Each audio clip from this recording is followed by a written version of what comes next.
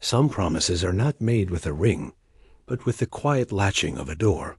Some vows are not spoken at an altar, but in the space between two breaths in a silent room. This is not a story of a love that conquered storms or fought dragons, but of one that was built in the small, steady gestures of a shared life. A mended shirt, a warmer cup of tea, a hand offered and a hand accepted.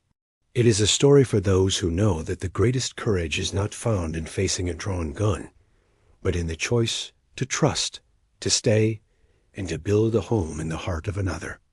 Silas Blackwood lived by the almanac and the sun. His days were ruled by an orderly rhythm of chores that left no room for the sprawling silence of his life to settle in his bones. The scrape of his boots on the porch planks at dawn, the rhythmic pump of the well handle, a steady chop of an axe against pine, these were the sounds that defined his world.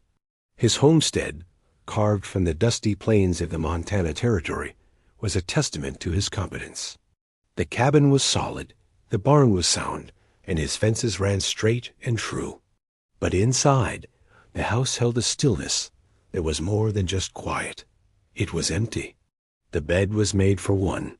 The table was set for one. The lamplight at night flickered over a single chair drawn to the hearth. He had built a life, but he had no one to share it with.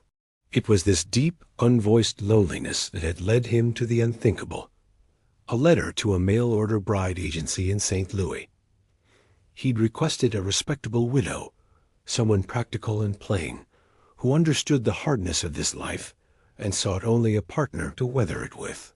He had enclosed the fare, sold a good calf to do it, and for 3 months he had waited. Today the stagecoach was due. Silas had scrubbed the floorboards, aired out the spare room a small, clean space with a simple cot, and prepared a pot of stew that now simmered on the stove, filling the cabin with the scent of root vegetables and salted beef. He stood on his porch, his broad shoulders outlined against the vast, blue sky, watching the dust cloud that heralded the coach's approach. He was not a man given to flights of fancy, but a quiet tension coiled in his gut. This was a transaction, an arrangement of practicality. Yet it felt like the most profound gamble of his life. The coach rattled to a stop. The driver, a man named Henderson, whose face was a road map of dust and sun, grunted a hello. "Got your passenger, Blackwood?" Silas nodded, his gaze fixed on the coach door. He expected a woman in drab colors, her face etched with a quiet grief, her hands calloused like his own. He was prepared for that. He was not prepared for the woman who emerged. She was not a widow, or if she was, she wore her mourning in a way he'd never seen. Her dress was a deep, weary blue, but it was cut with a certain style that spoke of city life, not frontier hardship. It was worn, the hem frayed, but it clung to a frame that was proud and straight. Her face was pale, her features fine, but it was her eyes that held him. They were the color of moss after a rain, and they were old with a knowledge that had nothing to do with age. There was no hope in them, but there was a fierce, banked fire of will. She carried a single battered carpet bag. She met his gaze directly, without deference or fear. "You are Mr. Blackwood?" Her voice was lower than he'd expected, and clear. He found his own voice, a rough thing. "I am." He looked from her to the driver, a question in his eyes. Henderson just shrugged, spitting a stream of tobacco juice into the dirt. "She's the one had the ticket. Name of Vance." The agency's letter had said, "Mrs. Eleanor Finch." A cold knot of suspicion tightened in Silas's stomach. This was not the woman he had paid for. This was a mistake, or a deception. The woman, Miss Vance, seemed to read the conflict on his face. Her chin lifted a fraction. "The arrangement is unsuitable," she stated, not asked. "I can be on my way. I require only a dipper of water for the road." She was ready to walk into the vast, unforgiving expanse with nothing but that bag. He saw not foolishness, but a desperate, cornered pride. Silas looked at her worn boots, the weariness in her posture that her pride couldn't quite hide. He thought of the empty chair by his fire. The agency had his money. She had a useless ticket. They were two strangers, bound by a broken contract. He let out a long breath. "The stew's on," he said, his voice gravelly. "No sense in it going to waste. Come inside." It was not a welcome. It was a practical statement. But as she hesitated, then gave a stiff minute nod, and walked past him into the cabin, the silence of his house changed. It was no longer empty. It was now filled with a tense, watchful presence, and the first flicker of a life he had not planned for. Elara Vance took in the cabin with a single sweeping glance. Her life had taught her to assess a room in seconds. Its exits, its weaknesses, the nature of the man who inhabited it. This room was a surprise. It was meticulously clean, the tools by the hearth arranged by size, the few books on the shelf aligned with perfect precision. It spoke of order, discipline, and a profound solitude. It did not speak of the kind of man she had learned to expect, the kind whose appetites were scrawled across their faces and their surroundings. Silas Blackwood was a wall of a man, his face a mask of stoicism, but his house told a different story. It told of a quiet, steady hand. Still, she remained coiled, ready. Trust was a luxury she had unlearned long ago. He gestured to the table. "Sit." It was a command, but his tone was flat, devoid of threat. She remained standing. "Mr. Blackwood, there has been a mistake. I am not the woman you were expecting." "I'm aware," he said, his back to her as he ladled stew into two bowls. The simple domesticity of the act was jarring. "The agency took my money. You have the ticket. The mistake is theirs, but the situation is ours." He placed a bowl on the table and a spoon beside it. He did not look at her. He seemed to be studying the grain of the wood. "The terms of my agreement were for a wife." The word hung in the air between them, ugly and sharp. Elara's hands tightened on the handle of her bag. "I am not for sale." He finally turned, and his gaze was direct, his eyes a startlingly clear gray. "I am not a buyer." The quiet intensity in his voice stilled her. "I offered passage and a home in exchange for partnership. A wife to run a household. That was the bargain. A bargain made with another woman. She is not here," he stated simply. He looked at her, at the defiant set of her jaw, and the deep exhaustion she could not quite conceal. "You are." He motioned again to the chair. "Eat. We'll talk after." This time she sat. The stew was rich, the vegetables soft. It was the first truly nourishing thing she'd eaten in weeks. They ate in a silence that was thick with unspoken questions. Elara ate slowly, methodically, every sense alert. He did not watch her, but she felt his awareness of her in the room, a steady physical presence. When they were finished, he took the bowls to the wash basin. He moved with an economy of motion, wasting nothing. He was a man accustomed to his own company. "The spare room is yours," he said, his back still to her. "There's a lock on the inside of the door. You'll be safe here." A lock. He had offered her a lock. In her experience, men installed locks to keep women in, not to grant them privacy. This small detail shifted something in her. It was a concession, a recognition of her fear. It was a gesture of respect. "Why?" she asked, her voice quiet. He stopped washing, his hands still in the water. "Why what? Why allow me to stay?" "I am not who you contracted for. You owe me nothing." He was silent for a long moment, the only sound the drip of water from his hands back into the basin. "I paid for a partner," he said, his voice low and rough. "Not a prisoner. You are in need of a safe place. I am in need of help around the homestead. We can have a new arrangement. Room and board, a small wage when I can manage it, in exchange for chores, until you decide what's next for you." He turned, drying his hands on a cloth. "The choice is yours, stay or go. But if you stay, you work." and you will be safe. He laid out the terms like a business contract. There was no pity in his voice, only a stark practicality she could understand. Safety. He kept saying that word. For Elara, safety had always been a temporary illusion, a space between threats. The idea of it being a condition, a promise, was foreign. She looked at his hands. They were large, calloused, and scarred from hard labor, but they were clean. She looked at his eyes. They were guarded, but they were clear. There was no artifice in him. The arrangement will have boundaries, she said, testing him. I will not share your bed. A flicker of something surprise, annoyance, crossed his face before it was gone.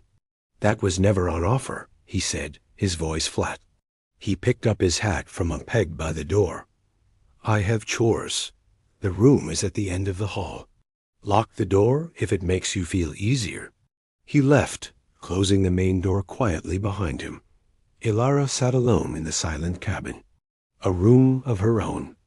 A lock on the door. A choice. It was more than she'd had in a very long time. Cautiously, she rose and walked to the small room. It was sparse, but as clean as the rest of the house. And on the inside of the simple plank door, just as he'd said, was a small, sturdy iron bolt. Her fingers brushed against the cool metal. It felt less like a lock and more like a key. Silas mucked out the stable, the familiar rhythm of the pitchfork a comfort. His thoughts, however, were a tangled mess. The woman Elara Vance was a complication he had not anticipated. She moved with a city grace that was entirely out of place against the backdrop of his dusty yard, yet there was a survivor's steel in her spine. He'd seen it in the way she'd stood ready to walk into the wilderness rather than beg. He was a man who valued honesty and plain dealing, and her arrival felt like a deception. Yet the deception was not hers. She had been as clear as clean water. I am not the woman you were expecting. It was the agency in St. Louis that had swindled him. But what was done was done. He couldn't send her away, not after seeing the look in her eyes. It was a look he recognized, in a distant way, from his own reflection on his worst days. Loneliness, cornered, and defiant. So he'd offered her a new bargain, a practical solution to a practical problem. Weeks bled into one another, and a new routine began to settle over the homestead, as quiet and tentative as a dawn frost. Elara was a hard worker. She rose before he did, the scent of coffee already perfuming the cabin when he came in from the morning chores. She learned the rhythms of the house quickly, her movements economical and silent as she swept the floors, kneaded bread, or tended the small kitchen garden. She spoke little, offering only what was necessary. The flour is low. I need more lye for the soap. Dinner is ready. He would respond with a nod or a simple, I'll fetch it from town. They moved around each other in the small cabin like two solitary planets held in a careful orbit, close but never touching. He found himself watching her. He noticed the way her hands, though slender, were never idle. They mended, they scrubbed, they weeded with a fierce, focused energy. They were hands that knew how to work. One evening, he came in from repairing a fence line, tired and grimy. A storm was brewing, the air thick and heavy with the promise of rain. Elara was sitting by the fire, her head bent over a piece of sewing. As she shifted, the firelight caught a long, jagged tear in her shawl, a garment she wore constantly. It was a flimsy thing, no match for the coming autumn chill. He said nothing, but after their silent dinner, he went to the small trunk at the foot of his bed where his mother's things were stored. He found her sewing basket, untouched for years. He pulled out a spool of dark blue thread that nearly matched her shawl, a fine needle, and a thimble. He set the items on the small table beside her usual chair, not the one she was in. He did not say a word, just went about his evening routine of checking the shutters and banking the fire. The next morning, when he rose, the sewing basket was back on the table, the needle and thread neatly returned. Later that day, he saw her shawl draped over the back of her chair. Near the hem, a line of impossibly small, neat stitches had closed the tear, making the worn fabric whole again. It was a silent conversation, an acknowledgment of a need observed and a care accepted. A few days later, he was preparing to ride out to check on a distant well.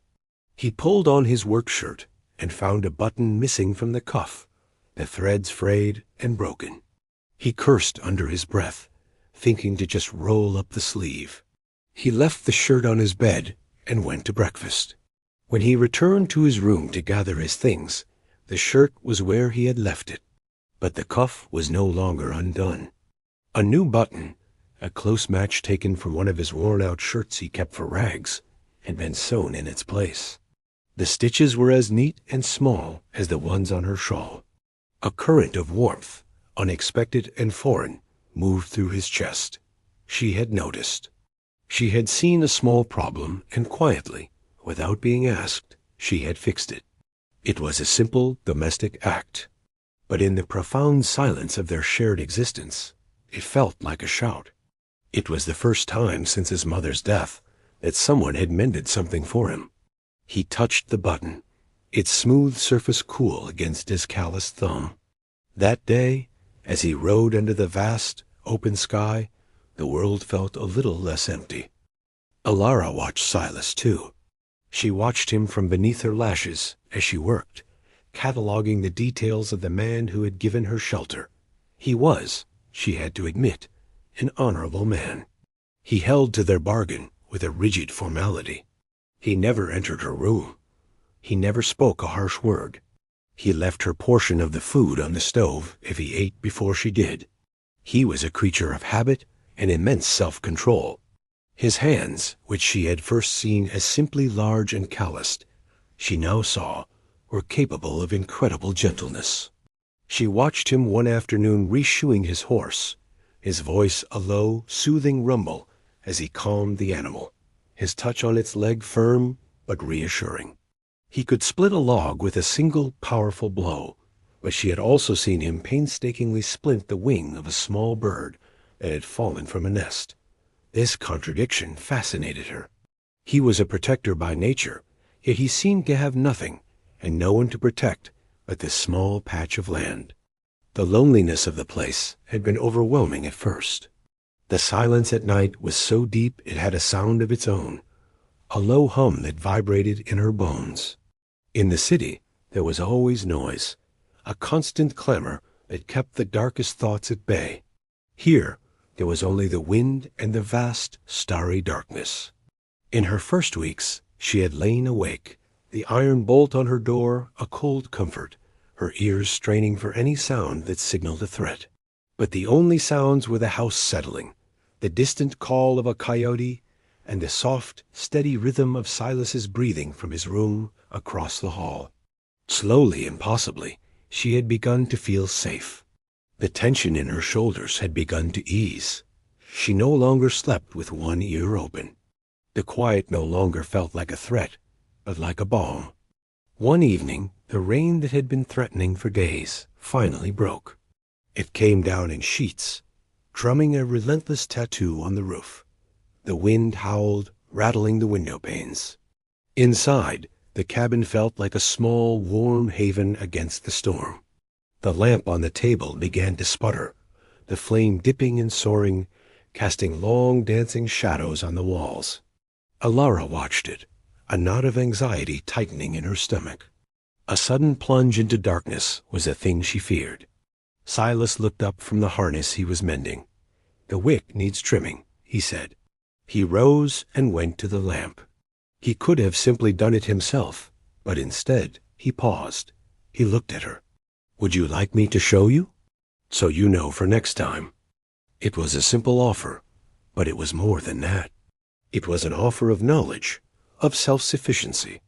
It was a gesture of inclusion. "Yes," she said, her voice barely a whisper. She moved to stand beside him at the table. The space between them shrank, and she was suddenly aware of his size, of the heat radiating from his body.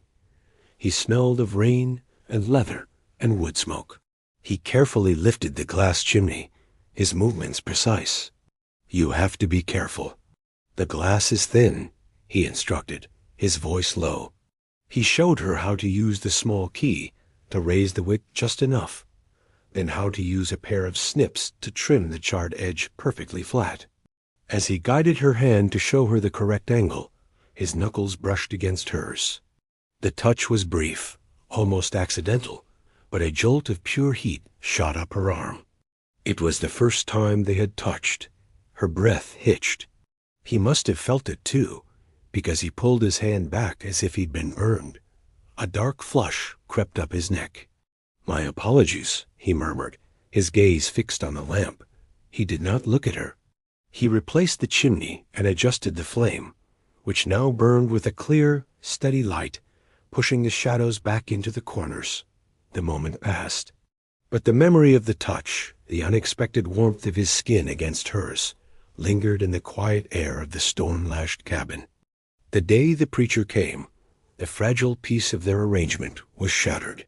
Silas was splitting wood when he saw the buggy pull up, and the sight of Reverend Miller, a man whose piety was matched only by his incurable nosiness, sent a cold spike of dread through him. He had avoided town since Elara's arrival, buying supplies from a traveling peddler, knowing that her presence would stir a hornet's nest of gossip. But he couldn't avoid it forever. He wiped the sweat from his brow with the back of his sleeve and went to meet the man. "Reverend," he greeted, his voice flat. "Silas, a pleasant surprise to find you home," Miller said, his eyes already scanning the property, looking for any change. "Heard tell you had company. Came to welcome the new Mrs. Blackwood to our community." The title, spoken aloud, landed like a stone in the quiet yard. Silas's jaw tightened. He had known this was coming. He'd told the agency he was a widower seeking a new wife. It was the most respectable way to conduct such a transaction. He had not corrected the assumption. Now, the lie was standing on his porch. Before he could formulate a response, the cabin door opened. Elara stood there, her hands clasped in front of her, her expression unreadable. She had clearly heard. The preacher's face lit up with a benevolent, yet probing, smile. And this must be the dear lady. He stepped forward, his hand outstretched. "Mrs. Blackwood, I am Reverend Miller. A pleasure to welcome you." Elara's gaze flickered to Silas, a silent, sharp question in her eyes. In that split second, a choice had to be made. To tell the truth would be to brand her a charity case, a housekeeper, and invite speculation of a far more sordid nature. It would strip her of the little dignity she had managed to build here. To lie would be to bind them together in a way they had never agreed. Silas saw the cornered look in her eyes, the same one she'd had when she stepped off the stagecoach. He made the choice. He stepped up onto the porch, moving to stand slightly beside and behind her, a subtle gesture of solidarity. "Elara, this is Reverend Miller," he said, his voice calm and steady. "Reverend, my wife is still settling in. The journey was long." He used her first name. He called her his wife. The lie was told. Elara, to her credit, did not flinch. She inclined her head gracefully. "Reverend, you are kind to call." They endured a stilted 10 minutes of conversation, with Miller asking probing questions about her origins. "A distant cousin of my first wife," Silas supplied, a fabrication so stark it almost made him choke, and Elara answering in quiet, vague monosyllables. Finally, the preacher left, promising to announce their happy union from the pulpit on Sunday. The moment his buggy was out of sight, the forced pleasantries evaporated, leaving a thick, uncomfortable silence. "I apologize for that," Silas said, not looking at her. "It was necessary." "I understand," she said, her voice tight. "But the pretense will be difficult to maintain." "We will manage," he said. That night, the unspoken implications of the preacher's visit hung between them. Their careful, bounded arrangement had been breached. To the outside world, they were man and wife. That fiction required changes. After their silent supper, Silas cleared his throat. "It wouldn't be right," he began, the words seeming to cost him a great deal, "for the preacher to call again, or anyone from town, and find you in the spare room." He looked at the floor. "You should take my room, my bed." Elara's head snapped up, her eyes wide with alarm. "No, it's the only way," he insisted, his voice low and firm. "I will sleep in here, on the floor by the fire. You will have the room, the privacy. Nothing else changes. But the appearance must be kept." He was offering her his own bed, his own space, while taking the floor for himself. It was a sacrifice made to protect her reputation, to uphold the lie he had told for her. It was an act of profound, if gruff, protection. She looked from his rigid posture to the earnest, troubled expression in his gray eyes. She saw no deception there, only a man trying to navigate a situation he hadn't created, trying to do the right thing. Later, when she had moved her few belongings into his room, a space that smelled of him, of clean linen and wood smoke, he appeared at the door. He did not enter, just stood at the threshold. He held a cup of water. "In case you are thirsty in the night," he said, setting it on the small table by the bed. His gaze met hers, holding it for a long moment. "Is this acceptable, Elara?" He was asking for her consent, even for this, even for a lie meant to protect her. She looked at the sturdy bed, the cup of water, the man standing guard at her door. "Yes, Silas," she whispered, and for the first time she used his name. "It is." The following Saturday, necessity forced them into town. Their supplies were critically low, and the peddler wasn't due for another month. The ride in the wagon was a silent one, the air thick with a new kind of tension. They were no longer just Silas Blackwood and his housekeeper. They were, in the eyes of the world, Mr. and Mrs. Blackwood. The fiction felt fragile, a piece of glass that could be shattered by a single wrong word. Elara sat straight-backed on the wagon seat, her hands folded in her lap, her shawl pulled tight around her shoulders, despite the warmth of the sun. She scanned the dusty main street of Harmony Creek as if it were enemy territory. Silas felt the eyes on them the moment they arrived. Faces peered from the windows of the Mercantile and the saloon. A hush fell over the men loitering on the boardwalk. He kept his own face impassive, his focus on the reins in his hands, but he was acutely aware of Elara beside him, of her rigid posture, her shallow breaths. He helped her down from the wagon, his hand briefly at her elbow.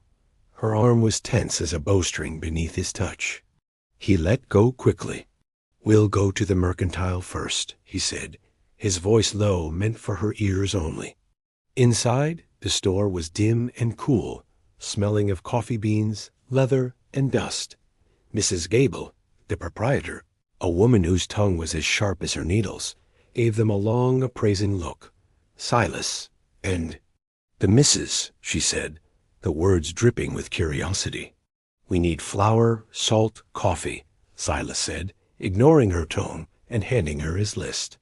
As Elara moved toward the bolts of fabric, a man stepped into her path, blocking her way. He was tall and well-dressed for this part of the country, his boots polished, his coat clean. Jedediah Thorne. His family owned the largest ranch in the valley, and he moved with the lazy entitlement of a man who had never been told no.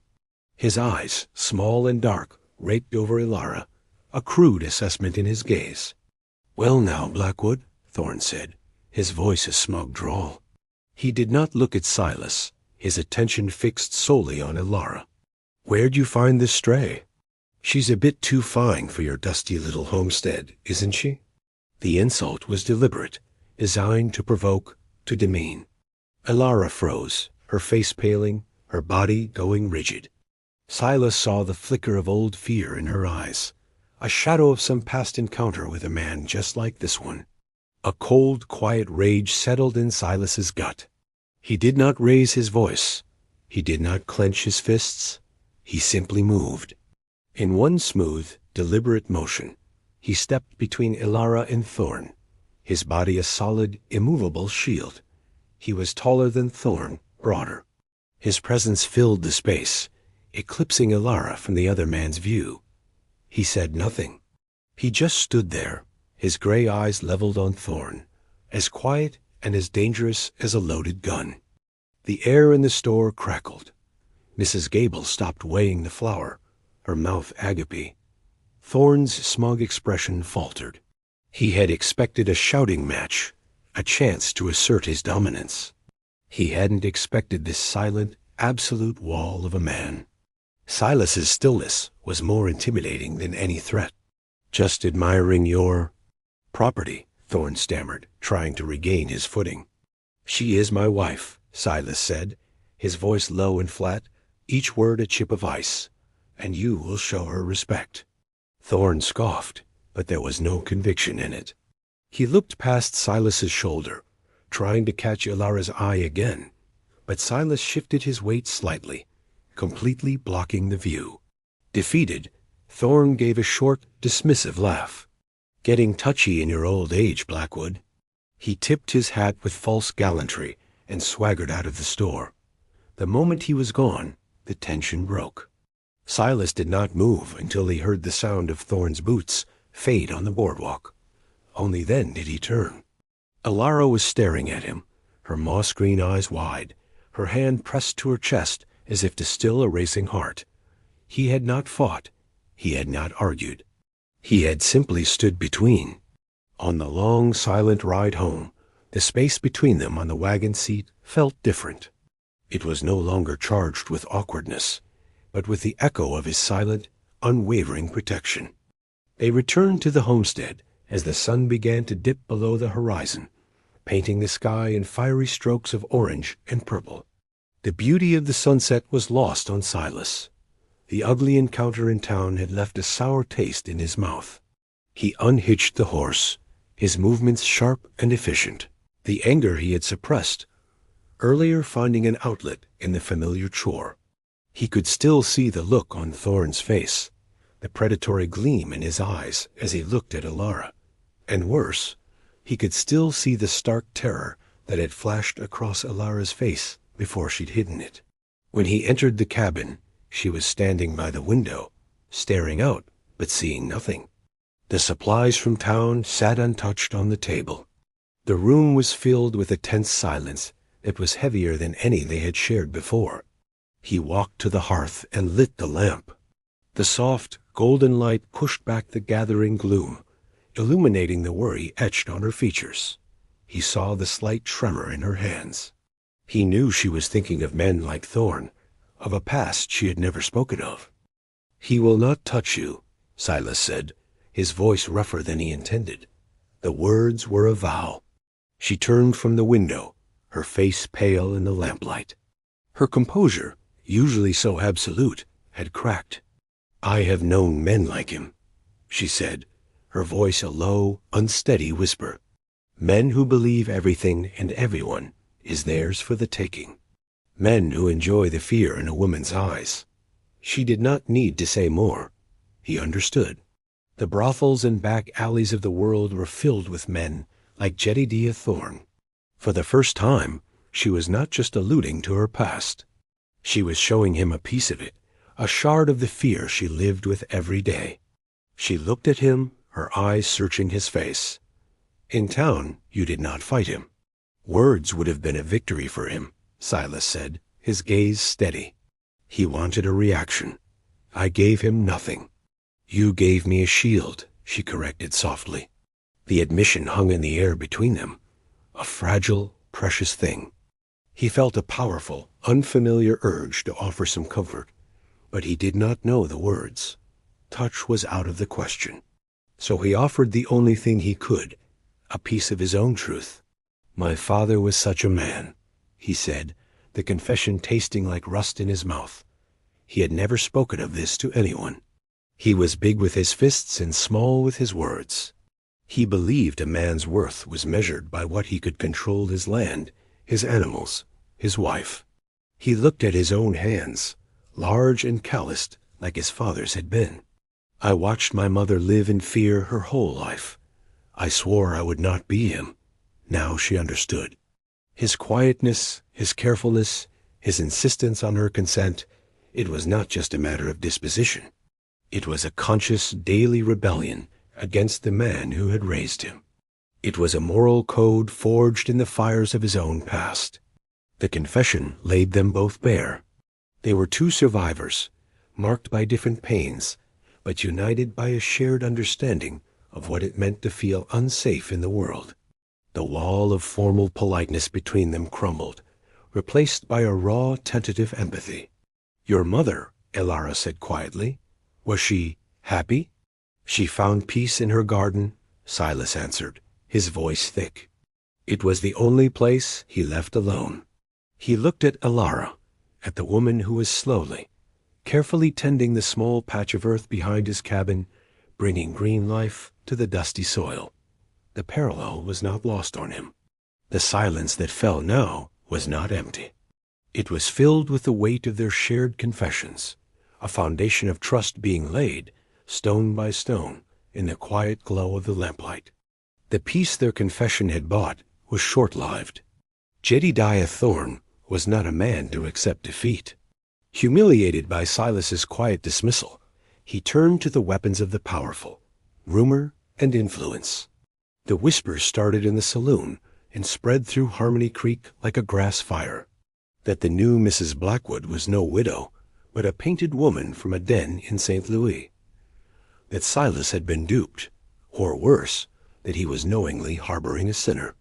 When Silas rode into town for barbed wire the next week, he was met with cold shoulders and suspicious glances. Men who had known him for years now gave him curt nods and turned away. The women of the town, led by the preacher's wife, looked at Elara, who had insisted on coming with him, as if she were a blight on their community. They'd pull their children closer, their faces pinched with self-righteous disdain. Elara bore their judgment with a quiet, unbreachable dignity, but Silas saw the cost. He saw the way her back stiffened, the way the light in her eyes dimmed. The social pressure was a nuisance. The next attack was a direct threat. A notice was posted on the board outside the land office, signed by the territorial magistrate, a man known to be in Thorne's pocket.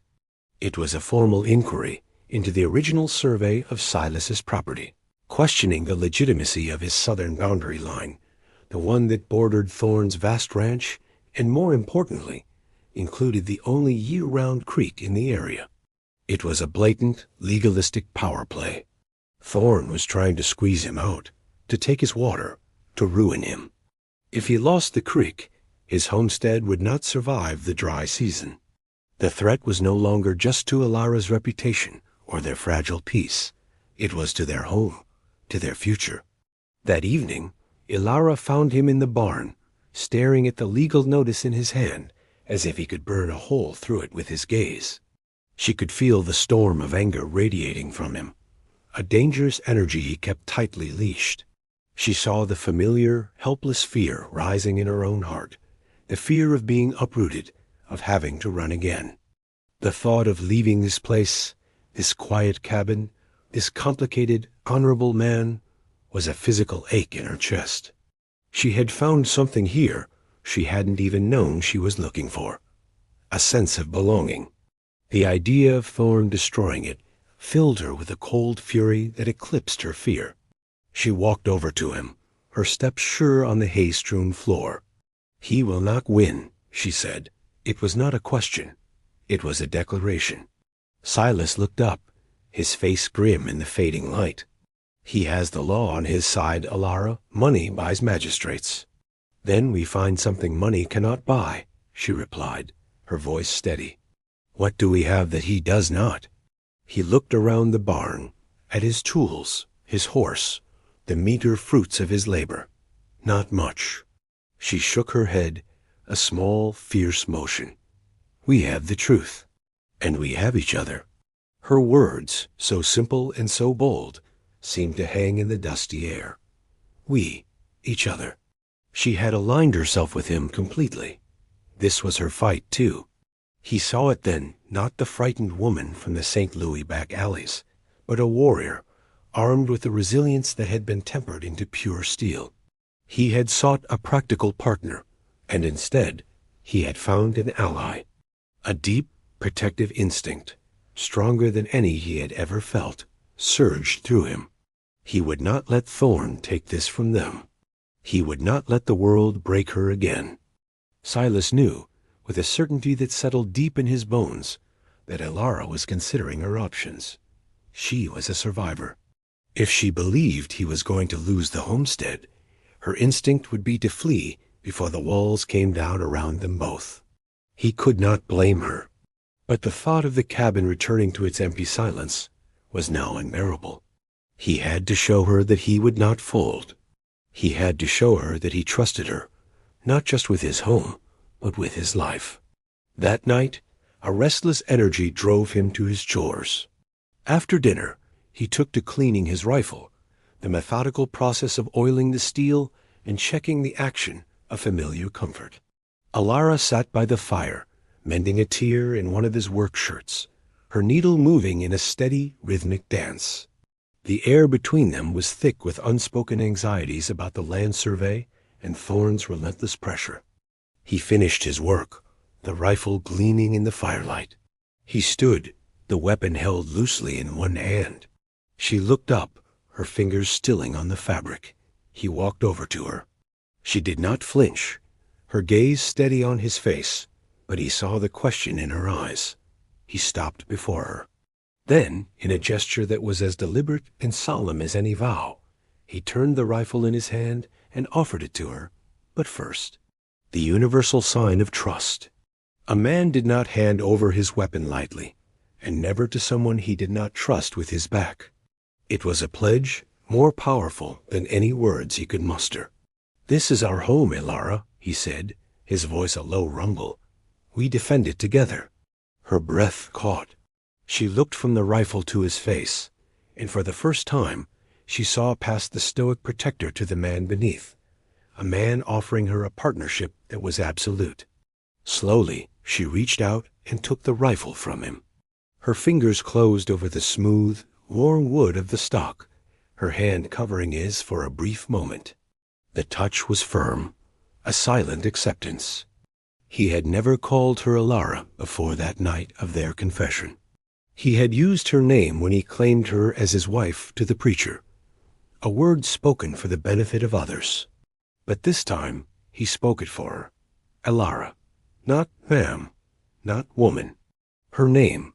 It was a recognition of her, whole and complete. As she held the rifle, a slow, watery smile touched her lips. It was the first true smile he had ever seen from her. It was not a wide, beaming thing, but a small, tremulous curve of her mouth that transformed her entire face, chasing away the shadows of weariness and fear. It was like watching the sun break through the clouds after a long, hard rain. The sight of it struck him with the force of a physical blow, stealing the air from his lungs. In that moment, watching her smile, holding his rifle, her partner in this fight, he knew he was lost. The practical arrangement, the bargain for a housekeeper, had long since dissolved. He was no longer just protecting a woman in need of shelter. He was protecting the keeper of his heart. The confrontation, when it came, was not in the dead of night or on a lonely stretch of road. It came in the full, unforgetting light of day. Thorn, emboldened by drink and the magistrate's legal machinations, rode out to the homestead. He found Silas and Elara on the porch, where they had been mending a harness together, their hands working in a comfortable, practiced rhythm. Thorn reined his horse in, kicking up a cloud of dust. He dismounted, his movements arrogant and unsteady. "Blackwood," he slurred, his eyes already fixed on Elara. "I've come to make your wife a better offer." Silas rose slowly, placing himself, as always, between Elara and the threat. He said nothing, his body a silent command for Thorn to halt. But Elara did not stay behind him this time. She rose too, moving to stand beside him, her shoulder brushing his arm. A united front. "A woman like you doesn't belong in this dirt-floored shack, wasting away with this." "Farmer," Thorn sneered, waving a dismissive hand at the cabin. you're made for silks and whiskey. Come with me. I'll give you what you're used to. A real bed. A real man." The insult was designed to strip her of her newfound dignity, to remind her of a past she had fought so hard to escape. He was trying to frame her as property, an object to be bartered for. A few months ago, his words might have sent her running. Now, they only fueled the cold fire of her resolve. Silas's hand twitched, the urge to silence Thorn's vile mouth with his fist a raw, burning thing. But he held himself still, knowing that violence was a language Thorn understood and welcomed. This had to be won another way. "This is her home," Silas said, his voice as solid and unyielding as the mountains at his back. He did not look at Thorn. He looked at Elara. It was her turn to speak. All the power lay with her choice. Thorn saw it too, and his sneer widened. "Tell him, girl. Tell this sodbuster what you really are." Elara stepped forward, not toward Thorn, but a single step ahead of Silas, claiming the ground as her own. She met Thorn's gaze without an ounce of fear. Her voice, when she spoke, was not loud, but it carried across the yard with the clarity of a bell. "I know what I am," she said. "I am a woman who is owed a debt. And this man," she laid a hand on Silas's forearm, the touch a public declaration, paid it with his respect. She looked around the homestead, at the simple cabin, the well-tended garden, the vast, open sky. "You see a shack. I see a sanctuary. You offer a bed. He gave me a key to my own door." Her gaze returned to Thorn, sharp and dismissive. "I am home." The simple, powerful truth of her words struck Thorn silent. He had come expecting to find a victim he could coerce, or a possession he could buy. He found instead a queen on her own territory, allied with a man who stood as her consort, not her owner. He saw their clasped hands, the unwavering solidarity in their eyes, and he knew, with a drunkard's sudden, bitter clarity, that he had no power here. There was nothing he could offer that could compete with what they had already built. He spat into the dust, his face contorted in a mask of frustrated rage. Without another word, he mounted his horse and rode away, his defeat a cloud of dust that settled slowly in the quiet afternoon air.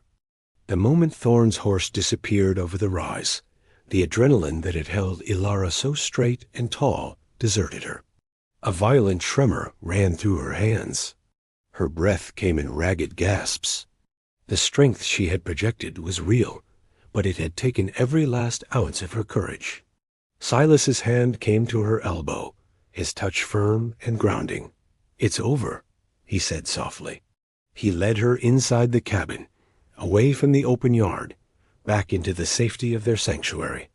He guided her to a chair at the table and gently pushed her down. He did not speak, but moved with a quiet purpose that was more soothing than any words could be. He stoked the fire, his movements sure and steady. He filled the kettle and set it to boil. He was tending to the space around her, restoring the peace that Thorn had violated. This was the aftercare, the quiet tending that came after a battle. He was washing the emotional blood from their home. He brought her a cup of hot, sweet tea. "Drink," he murmured. She took the mug, her trembling hands wrapping around its warmth. He pulled up the other chair and sat opposite her, his presence a silent, comforting weight in the room. He took her free hand, the one that was still shaking, and held it between his own calloused palms. His hands were so large, they engulfed hers completely. They were rough from work, but radiated a deep, steady heat that seeped into her skin, calming the tremors, chasing away the last of the fear. "You were brave," he said, his voice low and full of a raw, wondering admiration. "I was terrified," she confessed, her voice thick. "Bravery isn't the absence of fear," he said, his thumb stroking the back of her hand. "It's acting in spite of it." They sat that way for a long time, in a silence that was no longer tense or awkward, but filled with a deep, abiding tenderness. The shared battle, the public declaration, had changed everything. The lines of their practical arrangement had been irrevocably erased. When the last of the tremors had faded, he released her hand and went to the stove, where the stew from the night before was still warming. He ladled a generous portion into a bowl for her, then one for himself. They ate, the simple act of sharing a meal a reaffirmation of their partnership, their shared life. After they had eaten, he looked at her across the table, his gray eyes direct and serious, stripped of all their usual stoicism. The firelight flickered across the planes of his face, making him look both harder and softer at once. "Elara," he began, his voice a low, gravelly thing. "What you said out there." "What Thorn offered." He paused, gathering the words. "I would have you stay? Not as a housekeeper, not as a pretence for the neighbors." The air crackled. She knew what he was asking. It was not a demand. It was a humble, hopeful question. "I would have you as my wife, in truth." It was a proposal, but it was also a vow. A vow to protect her, to honor her, to share his life with her, not out of necessity, but out of choice. Out of a feeling he did not yet have the words to name. She felt tears, well, hot, and surprising. They were not tears of fear or sadness, but of a profound, overwhelming relief. The running was over. She reached across the table, her hand covering his. "Only if you want," she whispered, her voice breaking, echoing the words he had once spoken to her, returning the gift of his consent. He turned his hand over without hesitation, lacing his strong fingers through hers, his grip warm and sure. His answer was not in a word, but in the steadfast pressure of his hand, a silent promise made in the quiet heart of their home. Autumn arrived, painting the cottonwood leaves along the creek a brilliant gold and sharpening the edge of the wind. The threat from Thorn had evaporated. His legal challenge had been quietly dropped, his public humiliation apparently enough to quell his predatory interest. The town of Harmony Creek, having witnessed Elara's unwavering stand and Silas's quiet devotion, had slowly, grudgingly, shifted its opinion. Looks of suspicion were replaced with nods of cautious respect. The change was palpable, but it mattered little to Silas. The only world that mattered was the one contained within the boundaries of his homestead. The silence in the cabin was gone, replaced by a soft hum of life. The scent of baking bread now mingled with the familiar smell of wood smoke. Elara's humming, a low, contented sound he'd never heard before, was often the first thing he heard in the morning. She had brought life and color to his monochrome world. He came in from the fields one afternoon, weary from a long day of reinforcing fences before the first snow. He stamped the dust from his boots on the porch and entered the cabin. Elara was at the table, a basket of late-season vegetables beside her. She looked up as he entered, and the smile she gave him was open and full of light. It still had the power to stop his breath. He went to their room. It was their room now, in every sense, to wash the grime from his hands and face. Lying on the bed was a clean shirt, freshly laundered and pressed. He picked it up, and his fingers brushed against the cuff. There, stitched in a neat dark blue thread, were his initials. S.B. It was such a small thing, a few loops of thread, but it was a mark of belonging, of permanence. It was a quiet declaration that this was his shirt, and she was the woman who cared for it, who cared for him. He ran his thumb over the stitches, a wave of profound tenderness washing over him. He walked back into the main room, pulling the clean shirt on. Elara was still at the table, her back to him as she sorted beans. He came up behind her, his movements silent. He hesitated for only a second before resting his hands on her waist. It was a familiar touch now, one that had grown from tentative questions to an easy, unspoken language. She leaned back against his chest, her head tilting to rest on his shoulder. They stood like that for a moment, watching the afternoon light slant across the floorboards.